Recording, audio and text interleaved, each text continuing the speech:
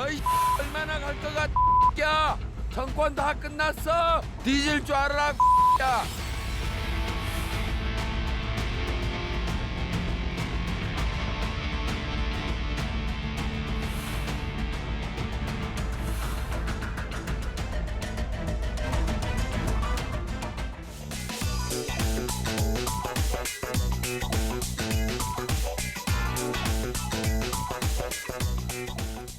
최진봉 교수, 백성문 변호사 자리했습니다. 오늘 첫 번째 주제 보겠습니다.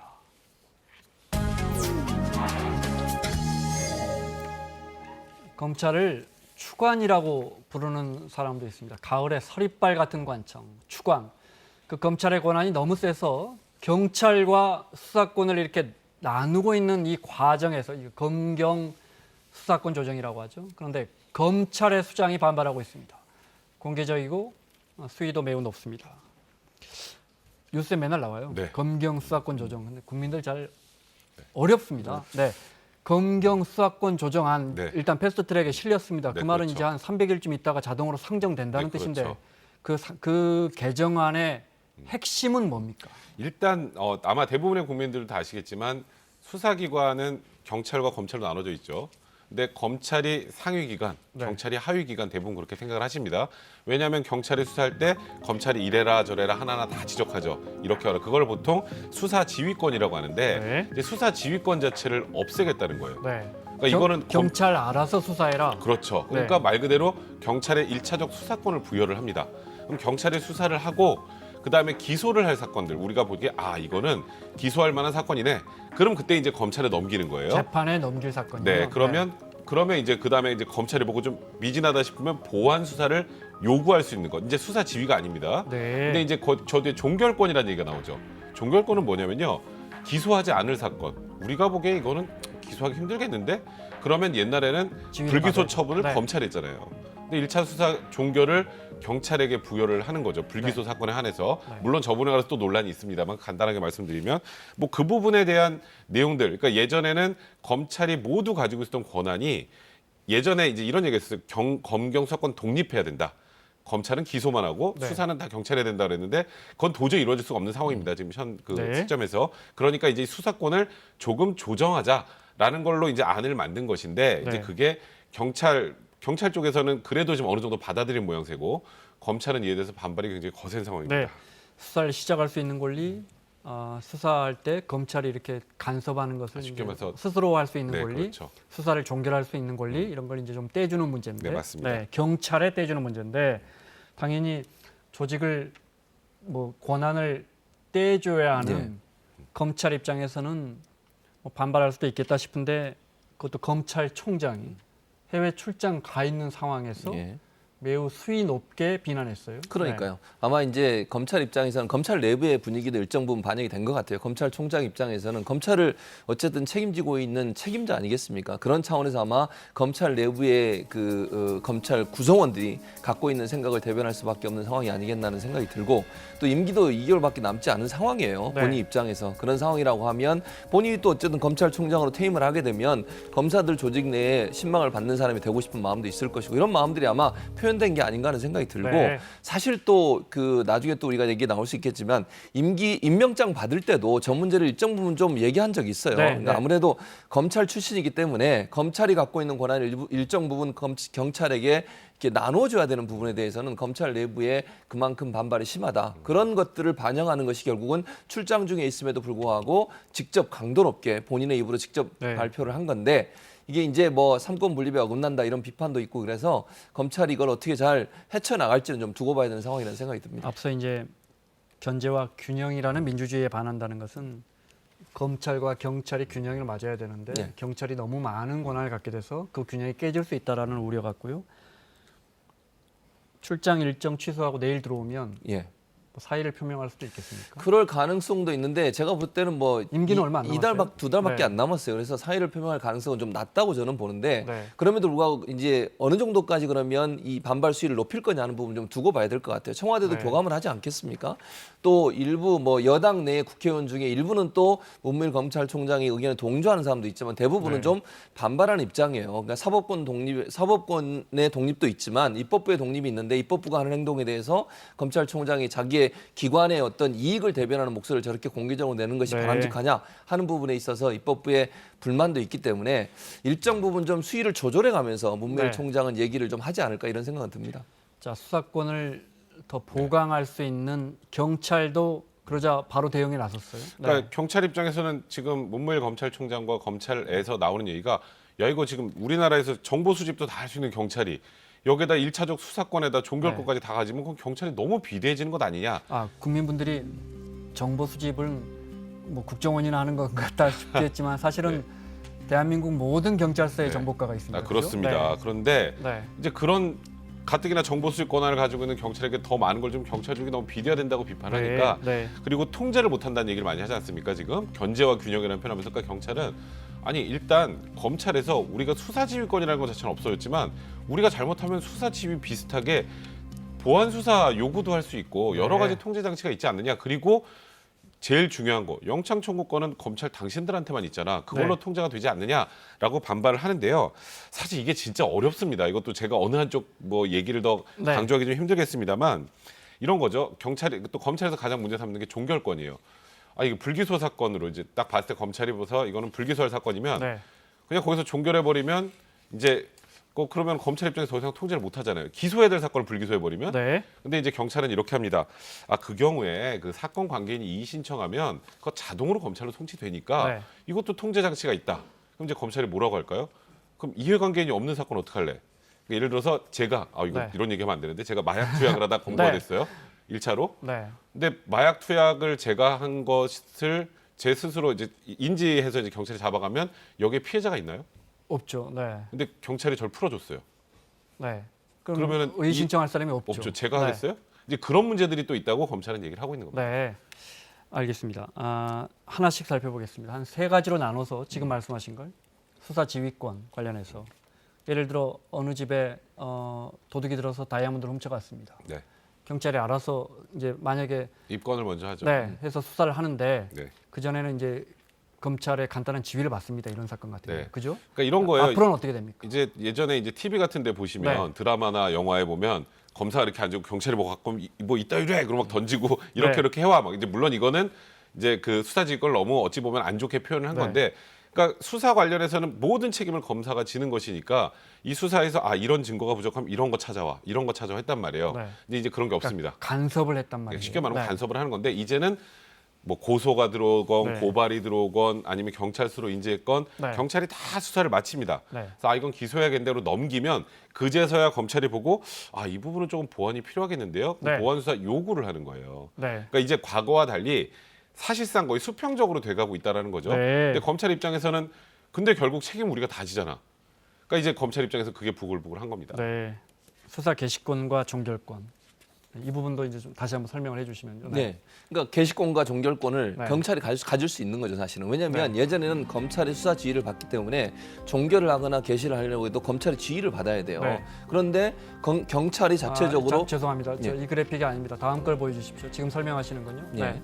그래서 경찰이 자체적으로 수사를 개시하고 종결할 수 있는 권한까지 갖게 되면 네. 혹시나 이제 검찰이 주장하는 겁니다. 이거는 검찰이 주장하는 건 경찰이 그럼 자체적으로 네. 뭐 이해관계가 있거나 아니면 뭐 여러 가지 정보 라인을 통해서 본인들과 친근한 사람이 문제가 생겼을 때는 검찰의 수사 지휘를 받지 않고도 자체적으로 수사를 종결할 수 있다는 거죠. 네. 더 수사가 필요한 부분에 대해서 이렇게 네. 주장을 하고 있는 것이고 그리고 이제 경찰은 뭐라고 주장하냐 이 부분에 대해서 그런데 만약에 수사 관계자들 수사를 받고 있는 사람이 누군 이런 관계자들이 이의를 제기하면 네. 방금 백 변호사 그렇죠 설명한 네. 것처럼 수사를 다시 할 수 있기 때문에 이게 경찰이 마음대로 수사를 시작했다 끝낼 수 있는 상황이 아니라고 주장을 하고 네. 있어서 이 부분도 충돌되는 부분이라고 볼 수 있을 것 같습니다. 하나만 더요. 지금 드라마 보면 네, 사실은 드라마 잘못 표현되는 경우가 네 많습니다. 맞습니다. 네. 경찰이 수사할 때도 있고 아이고, 검사가 딱 직접 수사할 때도 있잖아요. 그죠?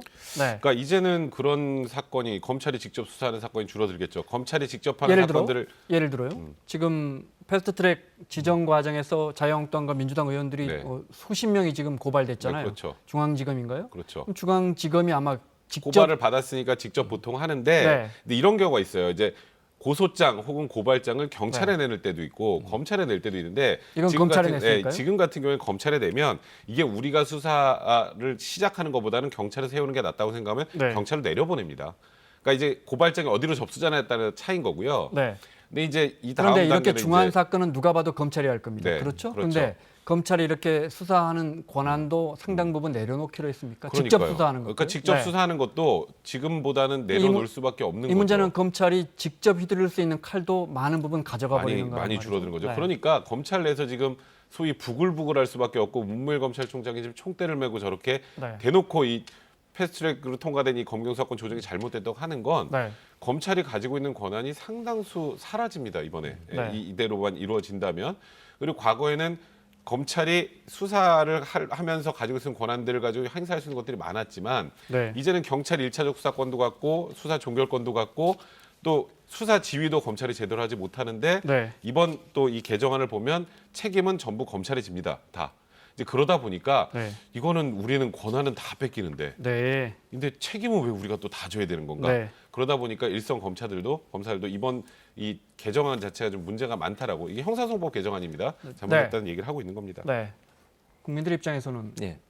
그런데 저걸 왜 고치지? 라고 물어보시는 분이 있을 것 같아요. 그렇죠. 그런데 네. 이제 사실은 이게 예전부터 노무현 전 대통령 때도 하려고 했다고 못했어요. 결국 네. 실패하고 말았는데 이게 이제 우리가 지금 얘기 나누고 있는 것처럼 검찰이 권력을 일정 부분 독점한 부분이 있었어요. 기소하는 거라든지 네. 아니면 뭐 이런 사건을 지휘하는 부분이라든지 검찰의 힘이 막강했었죠, 세죠. 사실은. 네. 근데 그 권력을 일정 부분 나누면 균형이 맞춰지고 네. 견제가 될 수 있다고 그래서 보는 거죠. 그때부터 계속해서 검경 그렇죠. 수사권 조정을 시도했군요. 그리고 이제 문제가 되는 게 뭐냐면 검찰을 임명하고 그다음에 검찰총장을 임명하는 게 청와대 아니겠습니까? 결국은 네. 그럼 청와대나 권력기관이 본인의 권력기관과 연관된 여러 사건에 대해서 개입할 수 있는 정황이 충분히 있다는 거예요. 그래서 검찰의 힘을 조금 빼자. 빼서 견제하게 만드는 거죠. 한쪽이 네. 너무 힘이 많으면 결국 이걸 분산시켜 놓으면 서로가 서로를 견제할 수 있고 만약에 한쪽에서 뭔가 감추려고 하더라도 다른 쪽의 수사가 가능하다고 하면 네. 일정 부분 비리가 드러날 수 있는 기회가 더 된다고 하는 것이 지금 추진하는 측에서 주장하는 부분입니다. 네.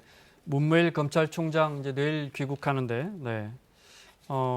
사실은 처음 임명 때부터 청와대가 그렇게 결이 비슷한 사람은 아니었어요, 그죠? 네. 저는 그 말이 되게 와닿던데 나그네는 길이 맑길 원하고 네. 농부는 비가 아. 오길 바란다. 임명식 때 그런 네. 이야기를 했죠. 네. 네. 이제 그게 이 얘기예요. 네. 쉽게 특히나 검찰이 그렇게 음. 청와대나 정부 여당 생각대로 끌려가지는 않을 겁니다라는 걸 우회적으로 표시한 부분이 있는데 그걸 그때 청와대 대변인이 설명한 게 있어요. 보겠습니다. 문무일 총장은 대만 학자 난 화이진이 쓴 한시 하늘이 하늘 노릇하기가 어렵다지만 4월 하늘만 하랴 누에는 따뜻하기를 바라는데 보리는 춥기를 바란다. 집을 나선 나그네는 맑기를 바라고 농부는 비 오기를 기다리는데 뽕잎 따는 아낙네는 흐린 날씨를 바란다를 인용하며 이번 청문회를 거치며 생각이 났다라고 말하기도 했습니다. 네. 누가 봐도 네. 그때부터 벌써 순순히 검경 수사권 조정에 응하지는 않을 겁니다라는 뜻 같습니다. 왜냐하면 문무일 검찰총장은 다른 곳의 수장이 아니라 검찰 조직의 수장입니다. 그런데 지금 이번에 보시면 아시겠지만 이 수사권이 조정이 되건 과거 이거보다는 원래 더 심하게 뭐 독립에 가까운 정도 얘기들도 많이 나왔었단 말이에요. 검경 네. 수사권 네. 관련해서는 이제 거기에서 소위 말하는 검찰의 이해관계를 지키지 못하면 뭐 이런 말씀드리기 뭐하지만 검찰 조직 내에서는 수장으로서의 의미가 없는 그런 사람 아니겠습니까? 그렇기 때문에 문무일 총장 입장에서는 정치권에서 저 당시에 나왔던 이 검경 사건 조정 문제에 대해서는 네. 검찰 내부도 생각이 다를 수밖에 없다라는 거는 뭐 이미 당연히 알고 있었던 사실이고요. 네. 그럼 이 조정이 될 때 어느 정도 수준까지 우리가 양보할 것인가?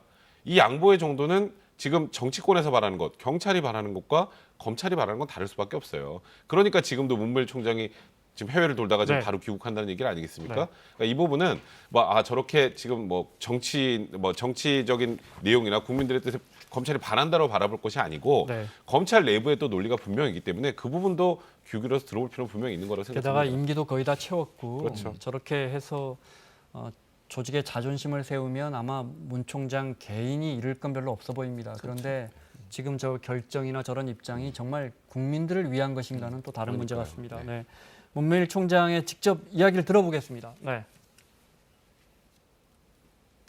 저는 그 안에 뭐 일부 동의하는 부분도 있지만 동의하지 못하는 부분이 더 많습니다. 수사라는 기능 자체가 국민의 기본권을 합법적인 방법으로 침탈하는 유일한 수단입니다. 기본권을 침탈하는 수단이기 때문에 수사는 항상 통제를 받는 걸 전제로 운용이 돼야 됩니다. 근데 지금 우리나라의 경우에는 수사 개시가 광범위하게 이루어지고 있기 때문에 그분에 대한 통제가 축소도 필요하지만 상당 부분 통제가 필요한 것에 대해서는 위원님 말씀에 동의하는 겁니다. 수사권 조정은 실효적 자치경찰제 도입 그리고 행정경찰의 수사관여 통제와 연계하여 추진되어야 합니다. 이는 정부의 국정과제이기도 합니다.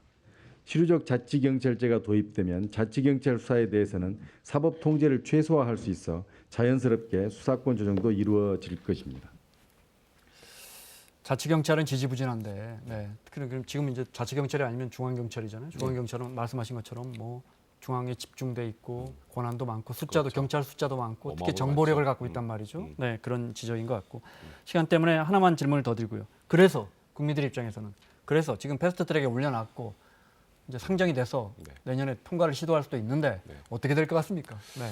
저는 뭐 조심스럽지만 결국은 이 부분은 통과가 될 가능성이 많아요. 네. 과거와 좀 많이 시대가 변하긴 했는데 이제 하나 저는 걱정이 되는 건 좀 전에 문무일 총장의 말씀입니다. 이게 수사라는 것 자체가 개인의 기본권을 침해하는 행동이죠. 국가가 네. 정상 합법적인 것으로. 그럼 이 수사에는 어느 정도의 통제 장치가 많이 부여가 돼야 되는데 이건 항상 뭐 경찰 내부에서도 이 부분에 대한 자정의 얘기는 있습니다만 경찰도 과거에 인권 침해적 소지에 있었던 일들을 굉장히 많이 했고 과연 경찰에게 수사의 모든 것을 맡기고 통제 권한을 뒤로 빼는 것이 과연 국민들에게는 맞을 것인가에 대한 의구심을 갖고 있는 분도 많아요. 네. 저는 이거는 뭐 검경 수사권의 조정이라기보다 검찰 그리고 또 경찰이라는 조직 스스로 이런 소리를 듣지 않게 만들어 나가는 스스로 자정 노력을 하는 것이 어찌 보면 정말 국민들이 제대로 됐구나 하는 그런 방안이 아닐까라는 생각이 듭니다.